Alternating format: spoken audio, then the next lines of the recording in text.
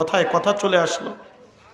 হযরতে সিদ্দিক আকবর আবু বকর সিদ্দিক রাদিয়াল্লাহু তাআলা যাকে দুনিয়ার মধ্যে আল্লাহ রাসূল জান্নাতের সার্টিফিকেট দিয়েছেন, আশারে মুবাশশারার একজন সবথেকে প্রথম ব্যক্তি হযরতে সিদ্দিক আকবর আবু বকর রাদিয়াল্লাহু তাআলা। উনি মাঝে মধ্যে জঙ্গলের ভিতরে চলে যাইতেন। জঙ্গলের হরিণ, বাঘ, জঙ্গলের পশু পাখি দেখা আফসোস করতেন আর ডাকতে বলতেন, এ আবু বকর, তুই দুনিয়ার জমিনে মানুষ হয়ে জন্ম না নিয়া তুই যদি এই জঙ্গলার হরিণ হয়ে জন্ম নিতি, তুই যদি মানুষ হয়ে জন্ম না নিয়া এই জঙ্গলার চতুষ্পদ জন্তু হয়ে জন্ম নিতি, এই দুনিয়ার থেকে বিদায় নিয়ে যাইতি, ওই কবরে তোর কোনো সওয়াল জবাব ছিল না, ওই কবরের মধ্যে তোর কোনো হিসাব নিকাশ ছিল না, ওই কিয়ামতের ময়দানে আল্লাহ তোরে জান্নাত জাহান্নামের প্রশ্ন করতো না, ওই কবরের মধ্যে তোর কোনো আযাব ছিল না। নিজের আফসোস করতেন আর বলতেন, হায় হায়, আমি যদি মানুষ না হয়ে আমি যদি জঙ্গলার পশু হইতাম। আল্লাহ রাসূলের জলিল কদর সাহাবী, হেকায়েতে সাহাবা পড়বেন, ঈমান বৃদ্ধি পাবে, ঈমান বৃদ্ধি পাবে। হযরতে হামজালা রাদিয়াল্লাহু তাআলা একদিন ঘর থেকে বাইর হয়, নিজের কপাল নিজের আঙ্গুল হাত দিয়ে এরকম তাপলায় আর ডাক দিয়ে বলে, হামজালা মুনাফিক, হামজালা মুনাফিক, হামজালা মুনাফিক, হামজালা মুনাফিক। প্রতিমধ্যে হযরত ওমরের সাথে দেখা। হযরত ওমর বলে, ভাই হামজালা, কি হয়েছে তোমার? বলে, আমি যখন আল্লাহ রাসূলের দরবারে বসি আমার মনে হয় দুনিয়া কিচ্ছুই না, দুনিয়া কিচ্ছুই না, এই দুনিয়ার নাজ নিয়ামত থেকে নিজেরা দূরে রাখতে চাই। আবার যখন আল্লাহ রাসূলের দরবার থেকে বাসায় আসি আমি তখন বাসার কাজকর্মের ভিতরে মগ্ন হয়ে যাই, আমি তখন দুনিয়ার কাজকর্মের ভিতরে মগ্ন হয়ে যাই। আখিরাতের কথা তেমন একটা স্মরণ হয় না, ওই জাহান্নামের কথা তেমন একটা স্মরণ হয় না, আল্লাহর ইবাদত ঠিক মতো করতে পারি না, আল্লাহকে ঠিক মতো ডাকতে পারি না। এই জন্য আমি মনে করি আমি মনে হয় মুনাফিক হয়ে গেছি, আমি মনে হয় মুনাফিক হয়ে গেছি। হযরত ওমর বলে, আমিও তো এরকম, আমারও অবস্থা। আল্লাহ রাসূলের দরবারে গেলে আমার দিলটা কেমন জানি হয়ে যায়, আল্লাহ রাসূলের দরবার থেকে ফিরে আসলে আবার দুনিয়ার দিকে আমার মনটা ঝুঁকা যায়। আবার হযরত আবু বকরের সাথে দেখা। হযরত আবু বকর বলে, আমারও তো একই অবস্থা। তিনজনে দৌড়ায় আর বলে, আমি তো মুনাফিক, আমি তো মুনাফিক। আল্লাহ রাসূলের দরবারে হাজির।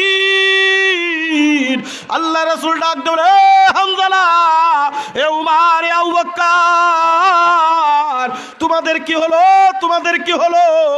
নিজেদের যখন হালত বয়ান করছেন আল্লাহ রাসূল মুস্কি মুস্কি হাসে, ডাক দেন, আবু বকর শুনো, উমর শুনো, ও হামজালা শুনো, এটাও একটা ঈমানি হালাত।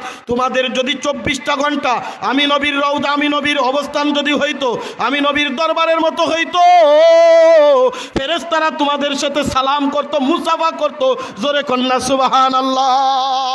আমার আল্লাহ তাআলা পছন্দ করে দুনিয়ার মানুষ। শোন শোন, এ বান্দা, তুই তো গুনাহ করবি, গুনাহ করে আমার দরবারে ডাকবি, আল্লাহ রব্বানা যালামনা আনফুসানা ওয়া ইল্লাম তাগফির লানা ওয়া তারহামনা লানাকুনান্না মিনাল খাসিরিন।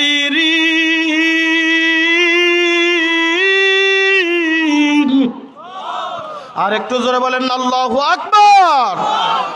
আল্লাহর দরবারে ডাক দিয়ে বলবো, আল্লাহ,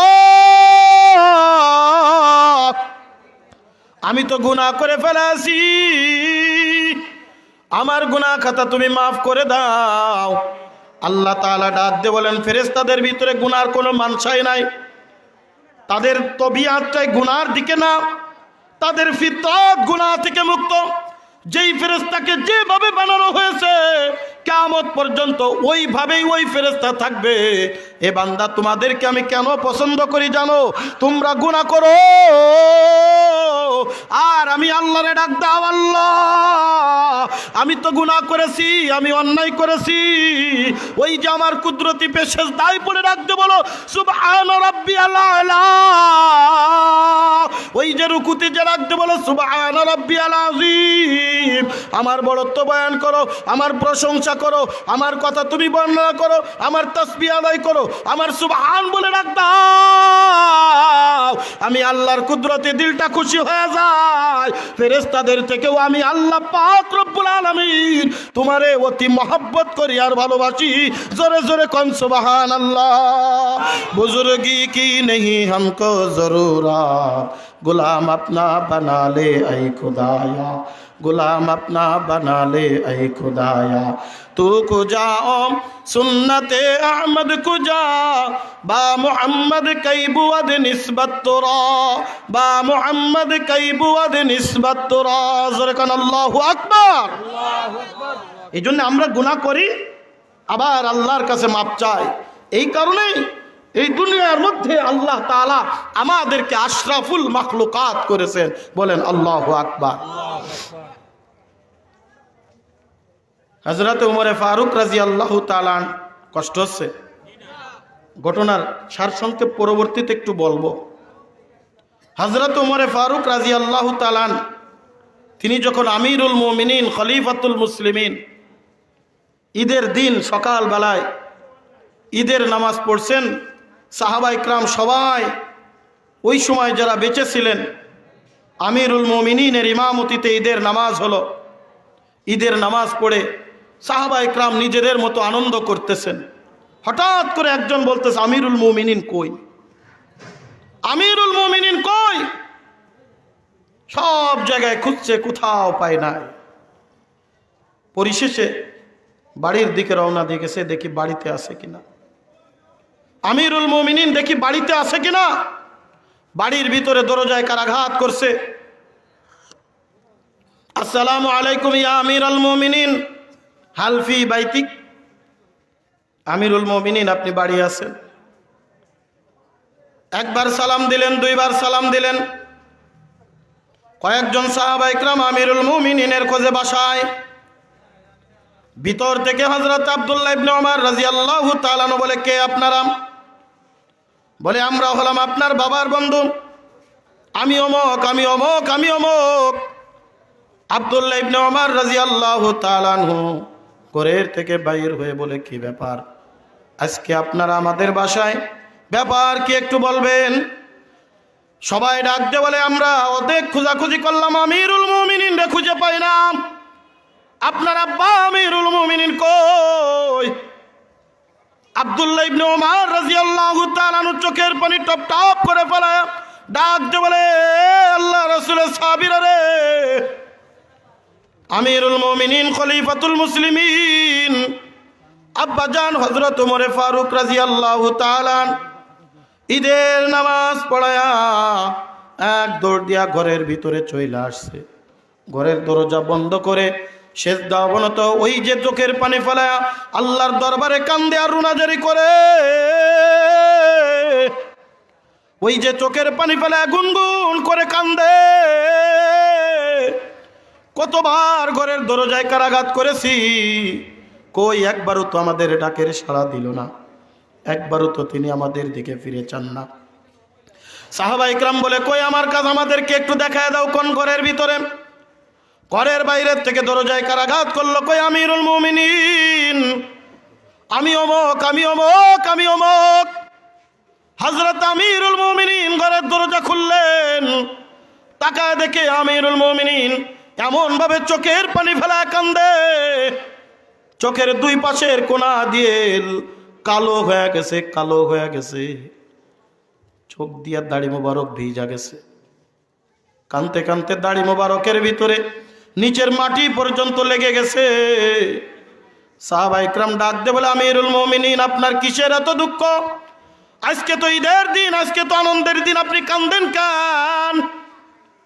আপনাকে তো আল্লাহর নবী দুনিয়ার মধ্যে জান্নাতের সার্টিফিকেট দিয়া দিছে।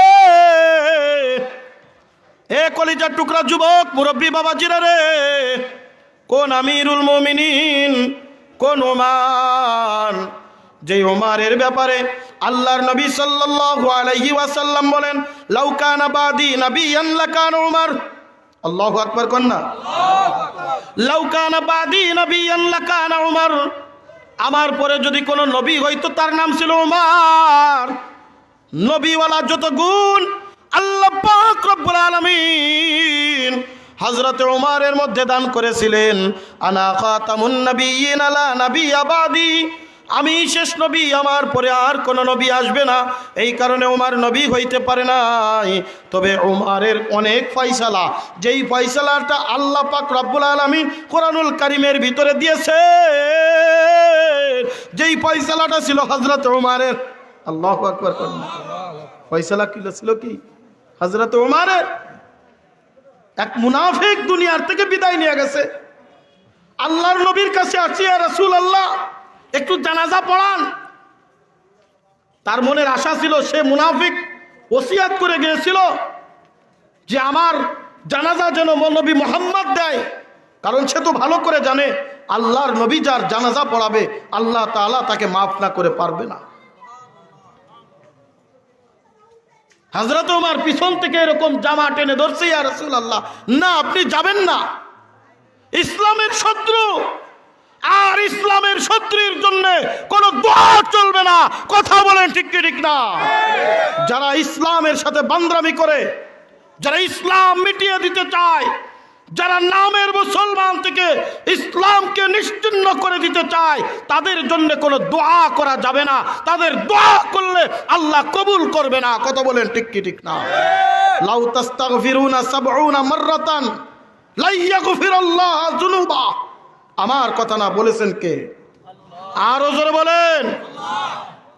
একবার না 70 বার। আমাকে বলে নাই, আমি নুরানিকে বলে নাই, এই মাদ্রাসার আর কান সাহেবরে বলে নাই, সরওয়ারে কায়নাত দো জাহানের বাদশা নবী মুহাম্মদুর রাসূলুল্লাহ সাল্লাল্লাহু আলাইহি ওয়াসাল্লামকে বলছে, হে নবী, আপনি যদি তার জন্য একবার না 70 বারও তার জন্য আপনি দোয়া করেন, তার গুনাহ আমি মাফ করব না।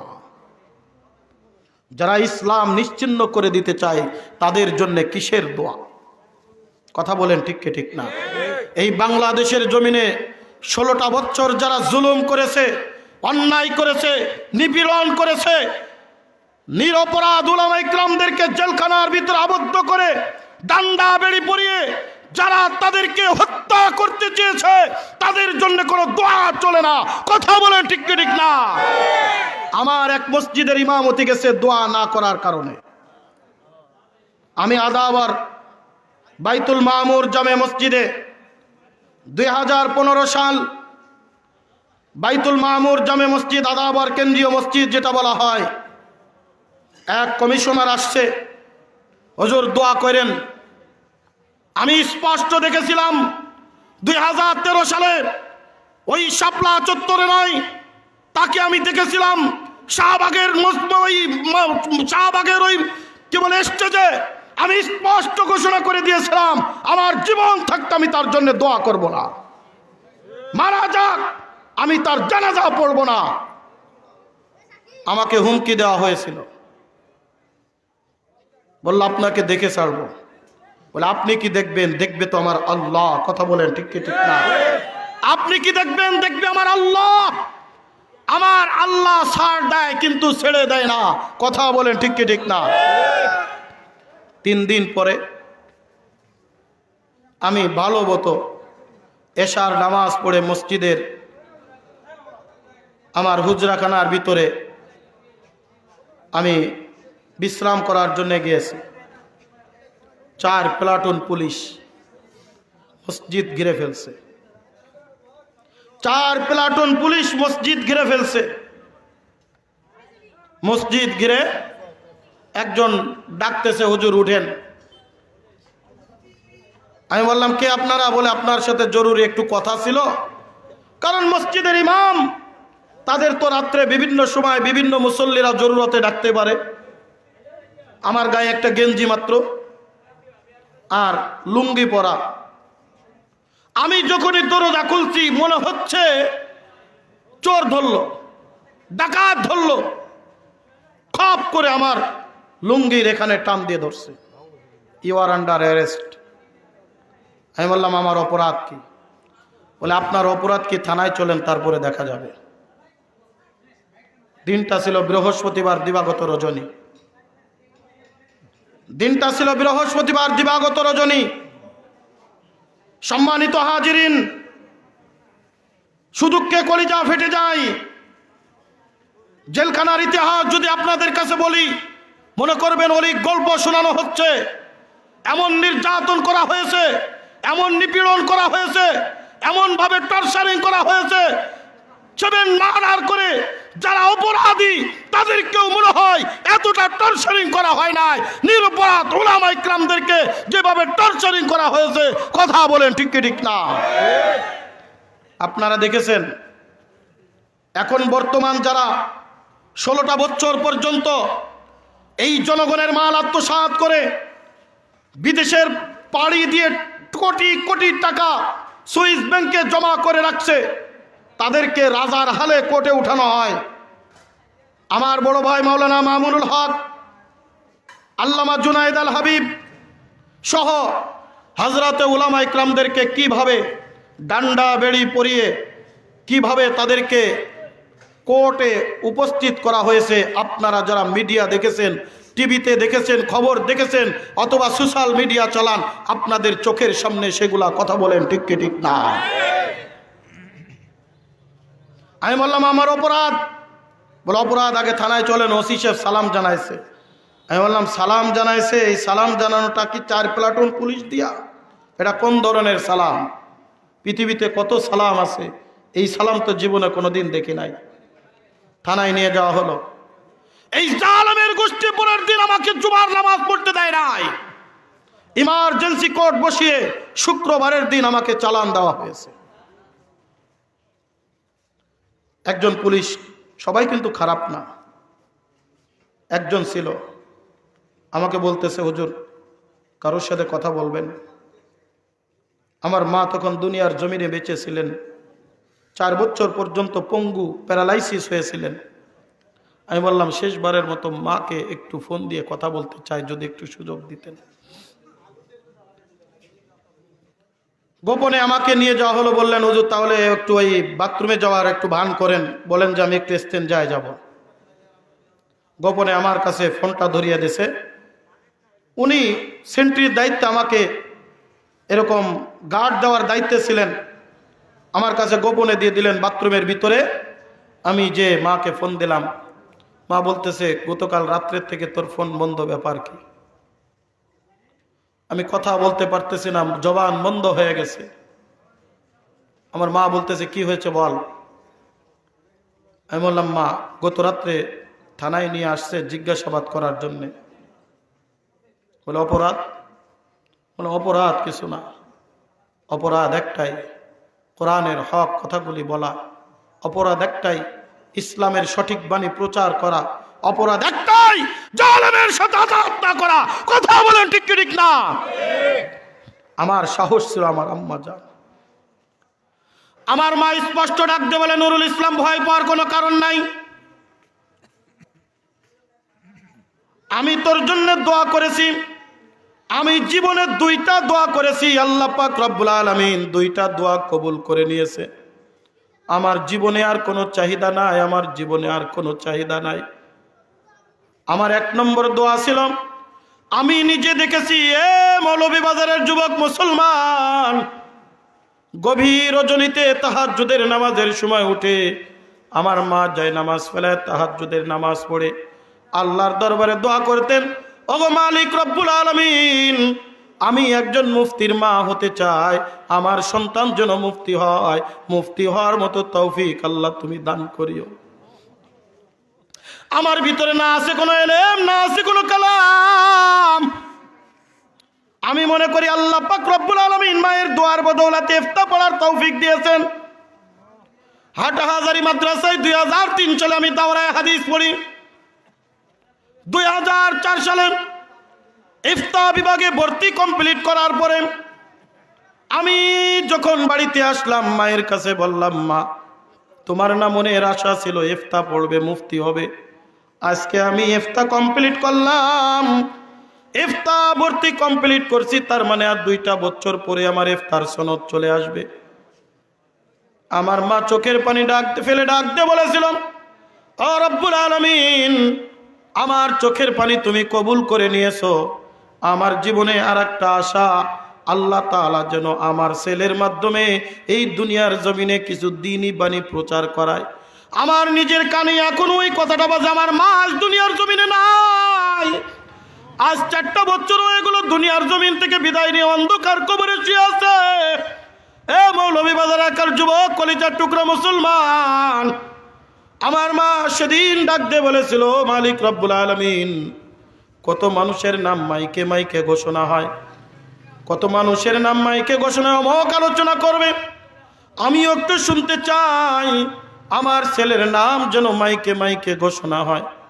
আমি মনে করি আমার মধ্যে কোনো যোগ্যতা নাই, শুধুমাত্র একমাত্র মায়ের দোয়ার বদৌলতে আল্লাহর রহমতে আজকে শুধু বাংলাদেশ নয়, ভারত দিয়া, মালয়েশিয়া দিয়া, বিভিন্ন রাষ্ট্রে আল্লাহ তাআলা আমাকে দিয়ে সফর করিয়েছে।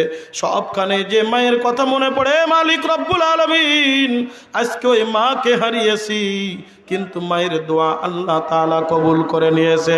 2015 সালের বৃহস্পতিবার শুক্রবারের দিন সকাল বেলায় আমি থানার ভিতর থেকে যখন মাকে ফোন দিলাম, মা ডাক দিয়ে বলে, আমার 2টা আশা আল্লাহ পাক রব্বুল আলামিন কবুল করে নিয়েছে, আমার জীবনে কোনো আশা নাই। আমি চাই আল্লাহ পাক রব্বুল আলামিন যেন আমাকে শহীদের মা হিসেবে কবুল করে। নুরুল ইসলাম, খবরদার, বিচলিত হবি না। তুই চুরি করে জেলখানায় যাস নাই, তুই ডাকাতি করে জেলখানায় যাস নাই, তুই পরের মাল আত্মসাৎ করে জেলখানায় যাস নাই, তুই তো অপরাধ করে জেলখানায় যাস নাই। আমি বিশ্বাস করি, আমি গ্যারান্টি দেয়া বলতে পারি, আমার যেই সন্তান কোরআনের কথা বলতে গিয়া, দ্বীনের কথা বলতে গিয়া, ইসলামের কথা বলতে গিয়া যদি জেলখানায় যায়, সেখানে যদি ফাঁসির কাস্টে ঝোলায়, আমি কিয়ামতের ময়দানে ওই যে কত মহিলা সাহাবী কিয়ামতের ময়দানে শহীদের মা হিসেবে আল্লাহর জান্নাতে যাবে। আমার মা একটা ঘটনা, 1 মিনিটের মধ্যে একটা ঘটনা বলেছিল, তুই কি শুনিস নাই? আল্লাহ রাসূল একদিন জিহাদের ময়দানে সৈন্য দলে সৈন্য ভর্তি করতেছিল, একজন মদিনার আনসারী মহিলা এইরকম ভাবে বলের দুগ্ধ সন্তান নিয়া ওই আল্লাহ রাসূলের কাছে হাজির হয়ে গেছে। সাহাবায়ে কেরাম ডাক দিয়ে বলে, মহিলা তুমি কই যাও? এখানে তো জিহাদের ময়দানে সৈন্য দল ভর্তি করা হয়, এখানে তো দুনিয়ার কোনো মহিলা নিবে না, এখানে তো নওজোয়ান তাগড়া যুবক নিবে। মহিলা ডাক দিয়ে বলে, না, আমি সেখানে ভর্তি হওয়ার জন্য যাচ্ছি না, আমার কাছে একটা সৈন্য আছে, আমি সৈন্য নিয়ে যাইতেছি। ছেড়ে দেওয়া হল, আল্লাহ রাসূলের কাছে গেছে। আসসালাতু আসসালামু আলাইকা ইয়া রাসূলুল্লাহ, আসসালাতু আসসালামু আলাইকা ইয়া হাবিবাল্লাহ, আমি একটা সৈন্য নিয়ে আসছি, জিহাদের ময়দানে ভর্তি করব। আল্লাহ রাসূল ডাইনে তাকায়, আল্লাহ রাসূল বামে তাকায়, আল্লাহ রাসূল সামনে তাকায়, পিছনে তাকায়, কই না কোন সৈন্য দেখে না, কোন নওজোয়ান যুবক দেখে না। আল্লাহর নবী ডাকতে বলেন, এ মহিলা, তুমি কই কোন সৈন্য আনো নাই? তুমি কি আমার সাথে মস্করা করো? তুমি কি আমার সাথে রসিকতা করো? মহিলা ডাকতে বলে, ইয়া রাসূলুল্লাহ, ইয়া হাবিবাল্লাহ, আমি আজকে নওজোয়ান কোন যুবক আনতে পারি নাই। ওগো আল্লাহর নবী, আমার বাবা আজ দুনিয়ার জমিনের ভিতরে বাইচা নাই। আমার বাবা যদি বেঁচে থাকতো, বুঝে শুনে আমার বাবাকে আমি জিহাদের ময়দানে ভর্তি করাইতাম। আমার বড় কোনো ভাই নাই, ভাই যদি বেঁচে থাকতো আমি জিহাদের ময়দানে ভর্তি করাই দিতাম। আমার বড় কোনো সন্তান দুনিয়ার জমিনের ভিতরে বাইচা নাই, যদি বাইচা থাকতো আমি জিহাদের ময়দানে ভর্তি করাই দিতাম।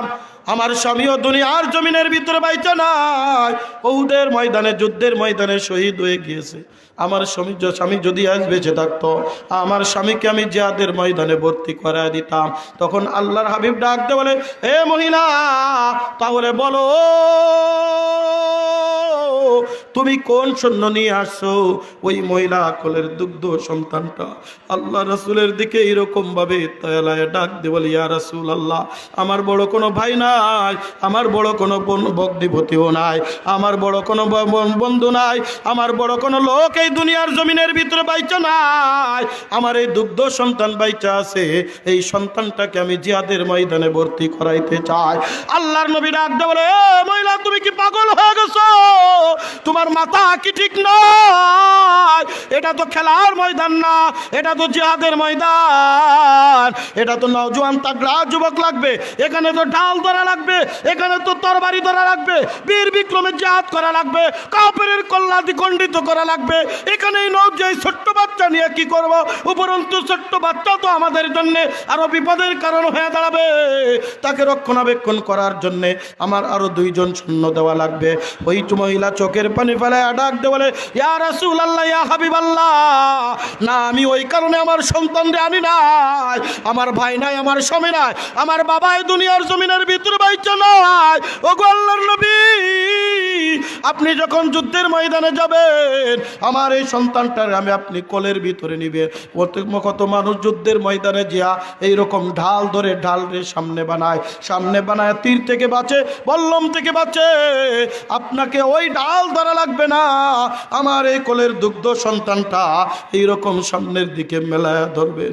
ওদের ময়দানে যখন কাফেরের আপনার দিকে তীর নিক্ষেপ করেছিল, আবু তালহা ডাইনে তীর আসলে ডাইনে দৌড়ায়, বামে তীর আসলে বামে দৌড়ায়, সামনে তীর আসলে সামনে দৌড়ায়। একটা দুইটা নাই, 72 থেকে 73টা তীর হজম করে আবু তালহা দুনিয়ার থেকে বিদায় নিয়ে গিয়েছিলেন। আবু তালহা দুনিয়ার জমিনের ভিতরে বাইচা নাই। ওই রকম একটা কঠিন পরিস্থিতি আসলে, ওগো আল্লাহর নবী, আপনি আমার সন্তানটার এরকম সামনের দিকে মেলায়া ধরবেন।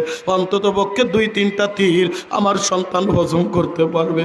আমার সন্তান দুনিয়ার থেকে বিদায় নিয়ে যাক, আমি এটা সহ্য করতে পারি, কিন্তু আপনার গায়ে তীরের আঘাত লাগুক, আমি এটা সহ্য করব না। জোরে জোরে কম সুবহানাল্লাহ। তু কো যাও সুন্নতে আহমদ কো যা, বা মুহাম্মদ কই বুয়াদ নিসবত তোরা, বা মুহাম্মদ কই বুয়াদ নিসবত তোরা। यार अगर यार नबाशद, यार हरगिज यार नीस, गुल अगर खुशबू नदारद, काबिले गुलजार नीस, गुल अगर खुशबू नदारद, काबिले गुलजार नीस। जोरे कन अल्लाहु আকবার। এ মৌলভী বাজার এলাকার মুসলমান, গভীর মনোযোগ। আমার আম্মা জান ডাক দিয়ে বলেছিল, নুরুল ইসলাম, আমি তোমার জিহাদের জন্য তৈরি করে দিলাম, প্রস্তুত করে দিলাম। আমার ভিতরে আর কোনো দুঃখ নাই, আমার মনের ভিতরে 2টা আশা ছিল। আল্লাহ তাআলা যেন আমার মুফতির মা বানায়, আল্লাহ বানিয়েছে। আল্লাহ তাআলা যেন একজন বক্তার মা বানায়, আল্লাহ তাআলা আমারে বানিয়েছে। আল্লাহ তাআলা এইবার আমার মনের একটা আশা, আল্লাহ তাআলা যেন আমার শহীদের মা বানায়। কলিজার টুকরা বন্ধুরে, আমার দিলটা বড় পাথর হয়ে গেল। হাতে দিয়া দিলাম, দরকার তাই করেন। বন্ধুরে আমার মনে রাখবেন, আমাকে নিয়ে আসছে মসজিদের ভিতর থেকে, আমার নামে 11টা মামলা ঢোকানো হয়েছিল। কয়টা? জোরে কন। 1 নম্বর মামলা হলো বোম বানানো। 1 নম্বর মামলা কি?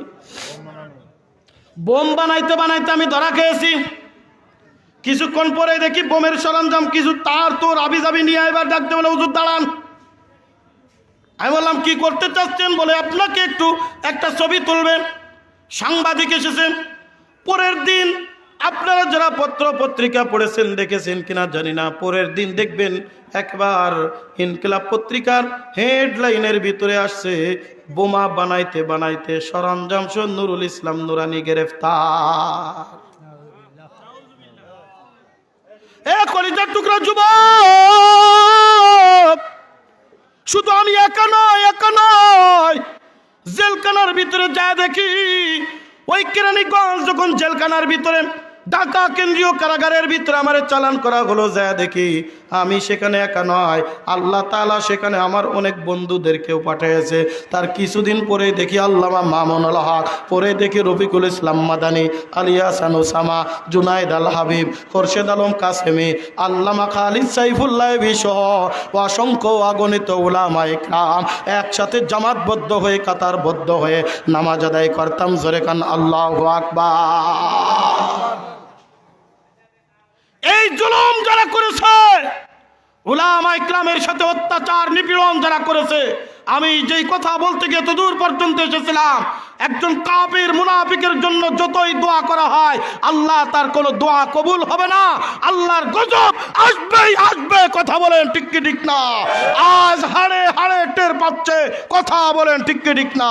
ওয়া মাকারু ওয়া মাকারাল্লাহ ওয়াল্লাহু খায়রুল মাকিরিন।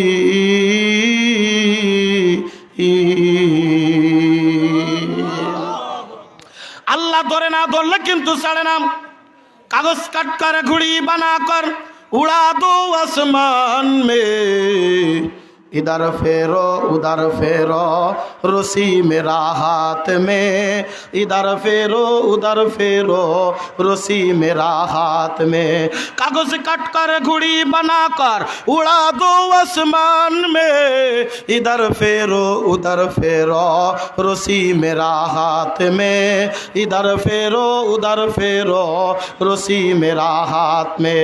ছোট্টকালে ঘুড়ি উড়াইছেন কি উড়ান নাই? এই উড়াইছেন? ছোট্টকালে দেখবেন গুড়ি উড়ায়, কাগজ কেটে গুড়ি বানায়। গুড়ির তবিল যেটা, ওই যে রশি যেটার ভিতরে গুছায় রাখা হয়, আমাদের যশোরের ভাষায় বলে তবিল। ওই যে রশির তবিল থেকে যখন আস্তে আস্তে আপনি রশি ছাড়তেছেন, গুড়িটা আসমানে উঠতেছে। অনেক দূর যাওয়ার পরে দেখবেন যখন বাতাস লেগে গেছে, বাতাস লেগে যাওয়ার পরে যখন বন্ধু দেখবেন বাতাস লাগার পরে একবার গুড়ি এইবার একদিকে এরকম উলে আর একদিকে এরকম যায়, আর মনে মনে কেমন জানি বলে আমি এত উপরে উঠে গেছি, আমারে আর তুমি ছুঁইতে পারবা না। ওই গুড়ির মালিক ডাক দে বলে, এ গুড়ি রে, তুই যতই উপরে থাকিস না কেন, এই গুড়ির রশির গোড়া কিন্তু আমার কাছে। সন্ধ্যা যখন হয়ে যাবে, আমি যখন রশি আস্তে আস্তে গুছানো শুরু কইরা দিব, আস্তে আস্তে আস্তে আস্তে গুছাইতে গুছাইতে আমার হাতের উপরে তোরে আইনা নামাবো। জোরে কোন কথা ঠিক কি ঠিক না? আমার আল্লাহ রাখতে বলে, দুনিয়ার মানুষ চল চল, তোরা যতই ভালবাস না কেন আমি আল্লাহ ছাড় দিই কিন্তু ছেড়ে দেই না। একটা সময় আছে যখন শের পুড়ে যাবে, তখন কিন্তু আমি আল্লাহ এমন ভাবে ধরব, পালানোর কোনো পথ খুঁজে পাবা না।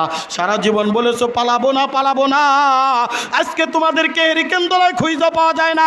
আর যেই সমস্ত উলামা ইকরামদেরকে জনগণ থেকে দূরে রাখার চেষ্টা করেছিল, জনগণ থেকে নিশ্চিহ্ন করার চেষ্টা করেছিল, ওই সমস্ত উলামা ইকরাম আজকে বাংলার জমিনে লক্ষ লক্ষ মানুষের সামনে কোরআনের দাওয়াত পৌঁছে দিয়ে যায়। এই কোরআনের বাণী নিবাইনের ক্ষমতা দুনিয়ার কোনো মানুষের নাই। বলেন তো কোরআনের বাণী পৌঁছান কে? এই কোরআন কার পক্ষ থেকে? এই কোরআন নাজিল করেছেন কে? হেফাজত করবেন কে? এই দেখবেন না 16টা বছর পর্যন্ত ক্ষমতার মস্তক পাইয়া মনে করছিল আমাদের ধরার মতো কেউ নাই।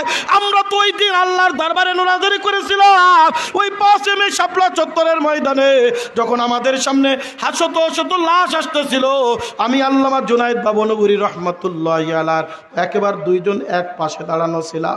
আল্লামা জুনায়েদ বাবনগরী চোখের পানি ফেলায় ডাক দিয়ে বলতেছিল, আল্লাহ তোর কাছে আমি বিচার দিলাম, আল্লাহ তোর কাছে আমি বিচার দিলাম। আমার কানে এখনো কথাগুলো বাজে। আল্লামা জুনায়েদ বাবনগরীর একেবারে পাশাপাশি এইরকম আল্লামা জুনায়েদ বাবনগরী, এরকম আমি, এ কলিজার টুকরা বন্ধু, যখন একটা লাশ আসতেছে, লাশ আসার সাথে সাথে জুনায়েদ বাবনগরীর চোখের পানি ফেলায় ডাকতে বলে, আল্লাহ তোর কাছে বিচার দিলাম। আল্লাহ ধরে না ধরলে কিন্তু চলে না। এই কোরআনের বাণী নিভায় দেওয়ার ক্ষমতা নাই নাই, উলামা ইকরামদেরকে মিটায় দেওয়ার ক্ষমতা নাই, ক্ষমতা নাই। আমার আল্লাহ পাক রব্বুল আলামিন ডাক দিয়ে বলেন, ইউরিদুনা লিউতফিউ নূরাল্লাহি বিআফওয়াহিহিম ওয়াল্লাহু মুতিম্মু নূরিহি ওয়ালাউ কারিহাল কাফিরুন।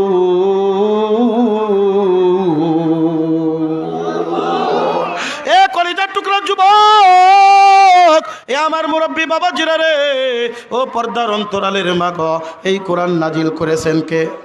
এই হেফাজত করার জিম্মাদারি কার?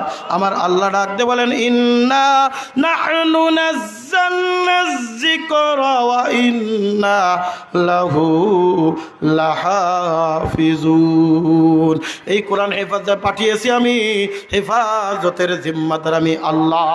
যারাই কোরআনের উপরে হাত দিবে, যারাই কোরআনের আলেমদের উপরে হাত দিবে, যারাই উলামা ইকরামদেরকে বেইজ্জতি করার চেষ্টা করবে, বলে আল্লাহ তাআলা বলেন আমি ছাড় দিই কিন্তু ছেড়ে দেই না। আমি আল্লাহ যখন ধরব, পালানোর মতো কোয়াত খুঁজে পাইবা না। ওই যে দরবেশ সাহেব, তুমি দাড়ি চাচিয়া যতই তুমি পালানোর চেষ্টা করো, আল্লাহ তাআলা বেইজ্জতি করে ছাড়বে। কথা কোন ঠিক কি ঠিক না? আর দেখেন আল্লামা মামুনুল হক নিরপরাধ এমন একজন আল্লাহর ওয়ালি কুতুব, এমন একজন বুজুর্গ আলেমকে নিজের স্ত্রীর ধর্ষণ মামলায় তাকে জেলখানার ভিতরে আবদ্ধ করে রেখেছিল, মানুষের কাছে কালারিং করার চেষ্টা করেছিল। আল্লাহ পাক রব্বুল আলামিন লেটেস্ট খবর জানেননি? লেটেস্ট খবর ওই যে কি বলে জয়পুরে, কি বলে শেখ পরিবারের জয় সাহেবের বউ আর আজকে নাই। কথা কয় না? জয় পরিবারের নাই। এতদিন পর্যন্ত কেউ মুখ খোলে নাই, এখন খুলছে, আরো 3 বছর আগে গেছে গা। আল্লামা মামুনুল হক সাহেবের স্ত্রী নিয়ে তুমি বান্দরামি করছো, কত কটু কথা বলেছো। আল্লাহ ডাক দিয়ে কয়, আমি যখন ধরবো পালানোর পথ খুঁজে পাবি না। ছোট্ট একটা ল্যাংড়া মশা দিয়ে আমি নমরুদরে শায়েস্তা করছি। ইতিহাস খোঁজ, ইতিহাস খোঁজ। হাঁটু পর্যন্ত পানির ভিতরে চুবায়া চুবায়া আমি নমরুদ ফিরাউনরে শেষ করছি রে। জমিনের ভিতরে গায়রা দিয়া আমি এরকম ভাবে কারুনরে শেষ করে দিয়েছি। তোরা তো কারুনের মতো সম্পদশালী না, তোরা তো ফিরাউনের মতো ক্ষমতাশালী না, তোরা তো নমরুদের মতো ক্ষমতাশালী না। তোদেরকে কি করার জন্যে বড় বড় লোক দরকার নাই। ছোট্ট ছোট্ট স্কুল কলেজের ছাত্রদের একদিনের আন্দোলনে 1 মিনিটের মধ্যে হেলিকপ্টারে করে রাত দাদা বাবুর দেশে পলাইতে হয়। জোরে জোরে কোন কথা ঠিক কি ঠিক না? ওয়াতু ইজ্জু মান তাশাউ ওয়াতু জিল্লু মান তাশাউ বিয়াদিকাল খায়র। আর একটু জোরে বলেন আল্লাহু আকবার। এই আল্লাহু আকবারের পাওয়ার, আল্লাহু আকবারের পাওয়ার, আল্লাহু আকবারের পাওয়ার আজকে কমে গেছে, যার কারণে ওই হাসিনা পরিবার আসছিল। আমাদের পাওয়ার যখন চলে আসবে তখন দুনিয়ার কেউ আমাদের সাথে বান্দরামি করতে পারবে না। জোরে জোরে কোন কথা ঠিক কি ঠিক না? আজকে দেখা দিয়েছে ওই যে আমেরিকার ক্যালিফোর্নিয়া, ওই যে লস অ্যাঞ্জেলাসের মধ্যে কথা বলেন ঠিক কি ঠিক না? আল্লাহ তাআলা এমন দাবানো যে কোরআন তারা মানে নাই, যে ইসলাম তারা মানে নাই, গাজার মুসলমানদেরকে নির্বিচারে হত্যা করেছে, গাজাকে ধূলিসাৎ করার চেষ্টা তদবির করেছে। আল্লাহ তাআলা এমন ভাবে দাবানল দিয়া ধ্বংস করে দিয়েছে। গতকাল ফেসবুকের মধ্যে দেখলাম কয়েকজন হুজুর জোগাড় করে ওখানে আজান দেওয়া শুরু করছে। জোরে কন্যা আল্লাহু আকবার, আল্লাহু আকবার। বুঝে আসছে এ ধরা কার? আরো জোরে আল্লাহর ধরা। এটা দুনিয়ার পানি দিয়ে হবে না, একটা দুইটা নয়। আপনারা যারা পত্র পত্রিকা দেখছেন, টিভিতে খবর দেখছেন, সোশ্যাল মিডিয়ায় দেখছেন, শত শত হেলিকপ্টারে করে পানি নিয়ে নিবানোর চেষ্টা করে, সাদা পানি না রঙিন পানি সাজাচ্ছে, কেমিক্যাল যুক্ত পানি। এরপরে পানি দেয় ওই জায়গারও বাইরা যায়, পানি দেয় বাইরা যায়, পানি দেয় বাইরা যায়। জোরে জোরে কান আল্লাহু আকবার। ওয়া মাকারু ওয়া মাকারাল্লাহ ওয়াল্লাহু খায়রুল মাকিরিন। আল্লাহ কিন্তু ধরে না, ধরলে আল্লাহ ছাড়ে না। জোরে জোরে কোন কথা ঠিক কি ঠিক না? আল্লাহ যখন ধরবে 16 বছরের রাজত্ব থেকে গভীর রজনীতে পালায়া অন্ধকারচ্ছন্ন এলাকায় চলে যেতে হবে। ছট করে বাংলার জমিনে ঢুকতে চাও? না না না, একবার ঢুকে দেখো তোমার বাবার মতো পরিস্থিতি হয়ে যাবে। জোরে কোন কথা ঠিক কি না? আর এই কথা বলতে গেলে এতদিন ছিলাম হুজুররা খারাপ। 116 জনের নাম লিস্ট করেছিলাম, 11 নম্বরে নুরানির নাম, 11 নম্বরে নুরানির নাম স্পষ্ট করে বলেছিলাম। 11 না, 1 দিবি, 1 দিবি। আমার স্পষ্ট বক্তব্য ছিল জজের সামনে, এই কোরআন এরকম বুকের ভিতরে ধারণ করে বলেছিলাম, জজ সাহেব আমি চুরি করি নাই, আমি ডাকাতি করি নাই, আমি লুচ্চমি করি নাই, আমি দেশের মাল বিদেশে পাচার করি নাই, কোরআনের কথা বলেছি। জেলখানা নয়, ফাঁসির কাস্টে ঝুলান, আমি একবার নয় 1000 বার জীবন দিব, কিন্তু আমি কোরআন ছাড়বো না। আল্লাহু আকবার।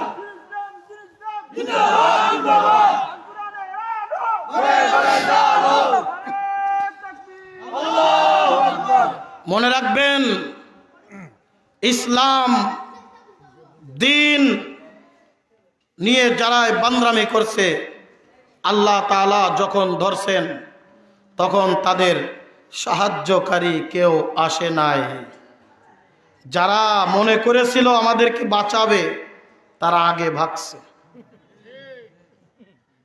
কাউয়া কাদের ছিল না? হ্যাঁ, পালাবো না, খোঁজ নাই, খোঁজ নাই। আমি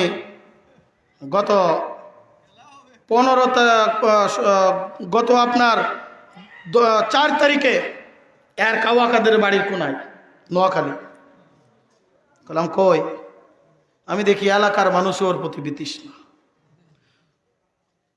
আপন জন আত্মীয় স্বজন বলে হুজুর চলবে রাত 2টা পর্যন্ত। 12টায় উঠছি, রাত 2টায়। আমি বললাম, তোমাদের কি হয়? একজন ডাক দেখে হুজুর আমার ভাইপো, আর একজন ডাক দেখে হুজুর আমার স্বাস্থ্য ভাই। বললাম কি? তারপরেও কয় আমরা ভাই চিনি না, ভাইপো চিনি না, আমরা চিনি ইসলাম। কথা বলেন ঠিক কিনা? আমরা দুনিয়ার কিচ্ছুই চিনি না, আমরা চিনি ইসলাম। ইসলাম আছে সাথে আছি, ইসলাম নাই সাথে নাই। কথা কন ঠিক কিনা? সম্মানিত হাজিরিন, রাত অনেক দীর্ঘায়িত হয়ে যাচ্ছে। অল্প সংখ্যক লোক নিয়েও কয়েকটি কথা বললাম। এই জন্যে আমরা ইসলামের পক্ষে থাকবো ইনশাআল্লাহ। আমাদেরকে আর সুযোগ দেওয়া যাবে না, আমাদেরকে আর সুযোগ দেওয়া যাবে না ওই বান্দরামি করার। নো আওয়ামী লীগ, কোনো কিচ্ছু আমরা চিনি না, আমরা চিনি ইসলাম। কথা কন? আমরা চিনি আলেম, আমরা চিনি কোরআন, আমরা চিনি দ্বীন, আমরা চিনি ইসলাম। ইসলামের পক্ষে যারা আছে আমরা তাদের পক্ষে আছি, ইসলামের পক্ষে নাই আমরা তাদের পক্ষে নাই। আমি দেখতে চাই আপনাদের এই মৌলভীবাজারের প্রত্যেকটা আসন থেকে একজন করে আলেম আগামী নির্বাচনে আপনারা জয়যুক্ত করবেন ইনশাআল্লাহ। কথা বলেন, পারবেন তো ইনশাআল্লাহ? টাকার প্রশ্ন আসবে না, ক্ষমতার প্রশ্ন আসবে না। একজন আলেম যদি নির্বাচিত হয়, অন্ততপক্ষে দেশের টাকা বাইরে প্রচার করবে না। কথা বলেন ঠিক কি ঠিক না? আপনার পাশে থাকবে, আপনার সুখে থাকবে, দুঃখে থাকবে। যেই কথা বলতে গিয়ে এত দূর পর্যন্ত এসেছিলাম, কষ্ট হচ্ছে মনে হয় আপনাদের, আমি এ করে শেষ করে দেবো ইনশাআল্লাহ। যেই কথা বলতে গিয়ে এত দূর পর্যন্ত আমি এসেছি, আল্লামা আনোয়ার শাহ কাশ্মীরি মনে আছে কথা? ওই বৃদ্ধ তাকে মসজিদের ভিতরে নিয়ে 1.5 ঘন্টা পর্যন্ত দুইজনে কি জানি কানাকানি করতেছে। একজন শোনে আরেকজন বলে, একজন শোনে আরেকজন বলে। বন্ধুরে আমার, ওই কাদেমগুলো 1 ঘন্টা পার হয়ে যায়। আস্তে আস্তে তাদের ভিতরে একটা এইরকম ভাবে বিতৃষ্ণা ভাব চলে আসছে। এই বৃদ্ধের সাথে হুজুর এতক্ষণ পর্যন্ত বসে বসে কি গল্প করতেছে, এতক্ষণ পর্যন্ত কি করেন? 1.5 ঘন্টা হয়ে গেছে। 1.5 ঘন্টা পরে দুইজনে মিলে এইরকম হাত উত্তোলন করেছে। দীর্ঘক্ষণ পর্যন্ত দুইজন আবেগঘন অবস্থায় আল্লাহর দরবারে রোনাজারি করে দোয়া করেছে, কান্নাকাটি করেছে। ওই বৃদ্ধ মুসাফা করে মসজিদ থেকে বাইর হয়ে হনহন করে বাড়ির দিকে রওনা দিয়া দিছে। আর আল্লামা আনোয়ার শাহ কাশ্মীরি রহমাতুল্লাহি আলাইহি উনিও তার ওই খাদেমদেরকে সাথে করে নিয়ে বলে, চলো এবার বাসার দিকে যাওয়া যাক। হুজুর সামনে, ছাত্ররা পিছনে, কানা ঘুষা চলতেছে, কি কথাবার্তা। হুজুরের কাছে প্রশ্ন করবে এরকম সাহস কেউ করে উঠতে পারতেছে না। হুজুর এরকম পিছনের দিকে ফিরে তাকায় বলে, কি ব্যাপার, তোমাদের চলা এরকম আসছে কেন? তোমরা কি আমার কাছে কোনো প্রশ্ন করবা নাকি বলো? একজন সাহস করে ডাকতে বলে, হুজুর 1.5 ঘন্টা পর্যন্ত আলোচনা করলেন, ওয়াজ করলেন, এরপরে বৃদ্ধ এসে আপনাকে কি বলল? আপনি তারে মসজিদের মধ্যে নিয়ে গেলেন, মসজিদের মধ্যে নিয়ে সময় পর্যন্ত আপনি তার সাথে কি যেন গল্প করলেন, আবার কিছুক্ষণ পরে দোয়া করলেন, দোয়া করে এরপরে মসজিদ থেকে বাইর হলেন। হুজুর এই মুরব্বী লোকটাকে আপনি চিনেন নাকি, আপনার পরিচিত? আল্লামা আনোয়ার শাহ কাশ্মীরি ডাকতে বলে, হে আমার খাদেমরা, না না না, আমি জীবনে কোনোদিন তারে দেখি নাই, আমি তাকে চিনি না। বলে, হুজুর তাহলে তার সাথে এতক্ষণ কি গল্প করলেন? বলে, আমি কোনো গল্প করি নাই, তুমি কি দেখো নাই আমি যখন নসিহত করে মসজিদ থেকে বাইর হইতেছিলাম, মসজিদ থেকে বাইর হওয়ার সময় যখন ওই লোকটা আমার কাছে প্রশ্ন করে বসছে, ওই লোকটা যেভাবে নিজেকে আফসোস করতেছিল,